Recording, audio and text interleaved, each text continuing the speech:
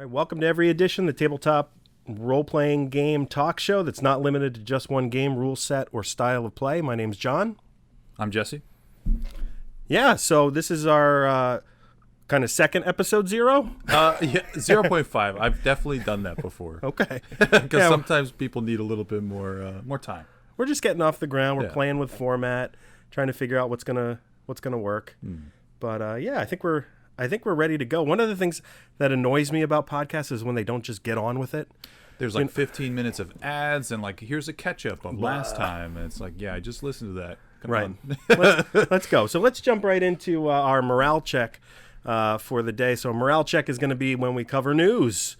So what's the latest in role-playing games, Jesse? Anything on the top of mind? Oh, my God. Next week is the FizzBen's... I can't remember the full name. It's a dragon book. It's just like a whole book of dragons. The table of contents was leaked. You know, someone put a picture of it, and it's just all dragons. And I can't wait, because if there's anything people who have played with me know, is that I love to throw in dragons because I play Dungeons and Dragons, and then when you play D&D, you want to fight dragons. Yeah. So I put in dragons. Well, that makes sense, and it's true. Actually, the game that we've been playing with you, there has been a gold dragon, a red dragon. You've been throwing the dragons. An amber dragon even now. Oftentimes the game is dungeons, but true. Too many dungeons. You have not forgotten the importance of dragons. The biggest thing with this book, though, it introduces Dragonlance type dragons, as well as like the gem dragons for Dragonborn and things like that, like Amethyst and Ruby and things like that. But it also introduces the thing that I'm most excited about, which maybe will tie in later to what we're talking about, the Elder Brain Dragon. Oh, baby. And it's one line on the table of contents, and nobody has shared a picture of like the actual, stat block or anything like that. Yep. So I'm super pumped to see what it is. So I'm going to be picking that up day one. Like everybody else, I just keep hoping that this is getting us closer and closer to Spelljammer, a new Spelljammer release. So it's gotta. Let's go. It's gotta be coming. Let's go. Spelljammer is so good. So towards the end of our segment today, we'll get to talking about Crater Valley here, which is going to be our spotlight. Loot the body for this particular episode. I'm excited about that. Yeah, well, we'll talk about all things strange. It is very strange. All things strange. So, in other news, I don't know if you saw Goodman Games recently put out the Temple of Elemental Evil double book box set, which is, it's got the 5th edition conversion, but then it's also got a reprint of the original first edition that all version. comes with it. All comes together in one beautiful package. It's about $100, but it is two hardcovers in a slip case, and if you're looking around, you can find a little bit of a discount somewhere. But seems reasonable. Yeah, it's a lot of content. It's a lot of content. I'm excited to pick that up. I think Goodman Games is just killing it. They're the best. They're the best, man. There's no getting around it. They are trailblazing. Yeah, everything they do is high quality and worth your time. So we'll definitely we'll get a copy of that and take a look at that in the coming days. So just last week, Talsarian Games released a new map pack, a physical map pack, and a bunch of basically spell cards for Cyberpunk Red, their newest edition of Cyberpunk, and that's really good. I think ever since Cyberpunk 2020, it feels like that compared to Wizards of the Coast or D&D throughout the years, there's not been enough physical stuff for Cyberpunk. Like, they've had a couple books and whatnot, but there's always been like PDFs. Like their go-to thing is like online PDFs. If you want to make something, there's the equivalent of the DM's Guild for Cyberpunk, where like people have made their own versions of money or spell cards or whatnot. But having straight from the source an official like map set and actual imprint books and new like data cards and things like that is really, really exciting. I'm a prop guy.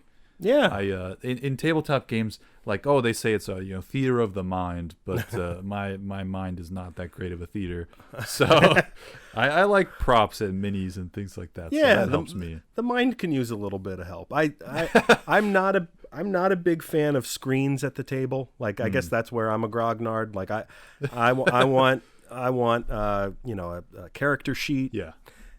But cards and minis and anything that can kind of enhance the game that's analog, I think is awesome. Yeah. Like I'm totally into that. And I understand, like, especially during the pandemic, I was very thankful for Roll20. Oh yeah. and Zoom and all that, but nothing beats if I'm given the choice, I would never, I think, purposefully choose a character sheet on a phone. And there's nothing wrong with that, but yeah, to each their own. But like even on Roll20 throughout the pandemic, we're playing on Zoom and whatnot.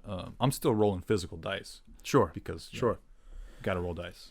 Yeah, and when you're the DM, you can get away with that, right? 'Cause you're doing it behind a screen anyway. I guess that's fair. We can talk about if that's ethical or not later.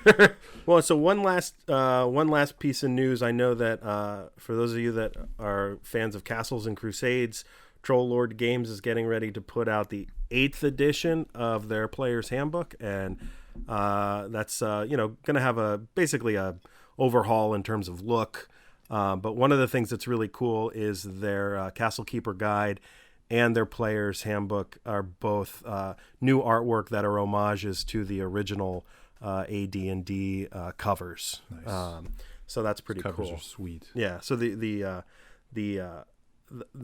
so take a look at that if you get a chance. The covers for the new 8th edition, though. 8th edition of the book. Yep. It's been going for a while. They're not. I don't think they've changed since the 3rd edition on, or 4th edition on. The rules have basically been the same. It's all about for them. It's all about the siege engine. It's all about right.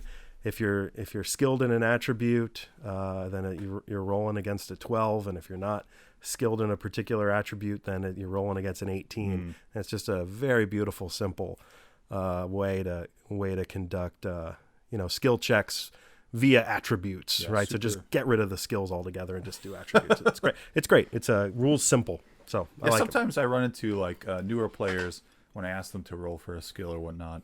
They'll look at the skill sheet and not even realize that it's alphabetical, and realize that that's a skill that they can do.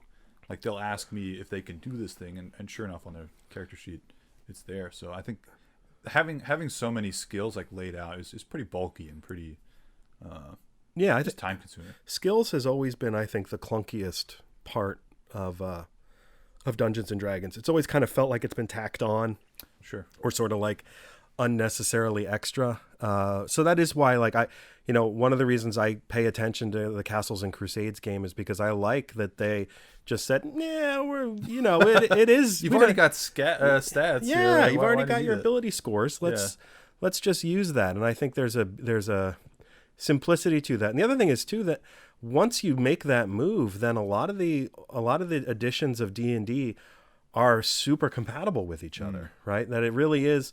It's armor class and saving throws and skills. Well, if you get rid of skills, then it's even easier. It's even easier, right? There's not so much to convert. So I like that. I like that simplicity. And I think their products have gotten better over time, and they're at the top of their game, putting out the best stuff that they've ever put out right now. So it's a good time to be a Troll Lord Games fan. So check out their stuff too. For this episode's random encounter, I'm going to be covering the Mind Flayer, or in Undercommon, the Illithid. Ooh.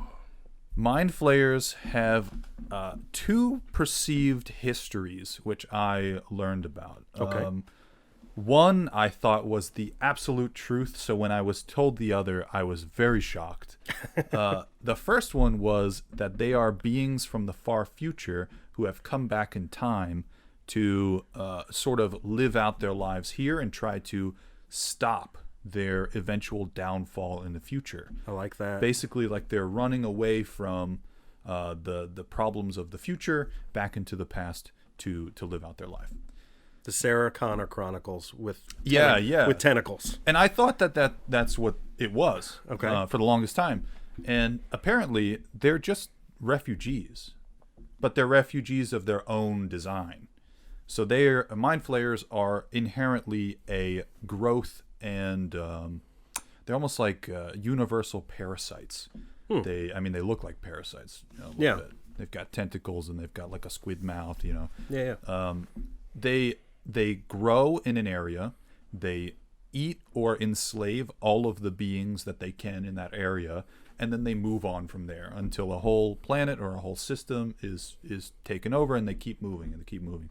So in the past, they did this with the Geth, or the Geth, yeah. Gith? Gith. There we go. Geth is from Mass Effect. Gith, yeah. Gith. They did that so much. They took over multiple systems, using their Spelljammer ships to travel in between them, different realms and whatnot. They used the Gith as their workhorses. And sure enough, as in most situations like this, the Gith, they rose up. They said, tyranny's enough. Enough is enough. We're going to rise up and overthrow our overlords. And they did. And the Gith, they were successful. The mind flayers that exist now are what's left. And they've basically run from the far realms into the Forgotten Realms and sort of these planes that we're on, and into the Underdark as an escape. So they're trying to, at least right now in the current timeline, they're trying to reestablish a foothold to continue on, because they haven't learned anything. So what's his second version then? That you said there's a... those were two different. So the one was they go back in time. Okay. And there's the Terminator, the Gith one of their, I say refugees, but they're not refugees. Okay. They're trying to recuperate from their downfall. Right. Like if you were to take a Spelljammer ship and go to any of the worlds that they previously encountered and enslaved, the Gith have actually destroyed all remnants of mind flayers in those places. And they've taken over. The Gith, by the way, the current Gith are like genetic experiments that have changed, and they're very similar to the Duergar. So Duergar are dwarves that were experimented and changed via mind flayers in the Underdark to come into existence. So the current Gith are the same. Huh. Okay. Yeah, I always mind flayers to me are just sort of like evil incarnate, right? Evil without apology. I think about them as almost like, and some of this is the visual, but like they're Cthulhu people. Yeah, they are. Right? Like it's a nod to H.P. Lovecraft and the Cthulhu mythos, and and you just, if it's otherworldly, that's why they fit so perfectly in Spelljammer, right? And they are like alien. Right, like that's also sort of the whole point of them, is they're not, you don't totally comprehend why they're doing what they're doing, or even what they're doing. And so when you encounter them, they should be up to something that's not totally comprehensible, but you just know it's bad news. Well, they are like superior. They have a superior intellect to most living beings, at least in the Forgotten Realms or any of the material planes. Yeah. They exist on a different level of an intellect, and as such, they use that intellect to manipulate people around them and manipulate their situations for their favor. I kind of think of them like the worst scenario, little green men, kind of aliens coming to Earth from some weird place in the galaxy, and they're abducting people and experimenting on them. You don't know exactly what they're doing. You can't really communicate with them. I kind of liken them to that. Yep. But they're definitely like Wizards of the Coast's nod to H.P. Lovecraft. After they had that whole H.P. Lovecraft issue. With deities and demigods. With deities and demigods. Oh, that was okay. That's all right. They just put out a different edition. That's all right. That's all right. We're not talking about that. They worked that out. That's okay. And and Cthulhu, Cthulhu mythos is such an important place in this hobby. Like if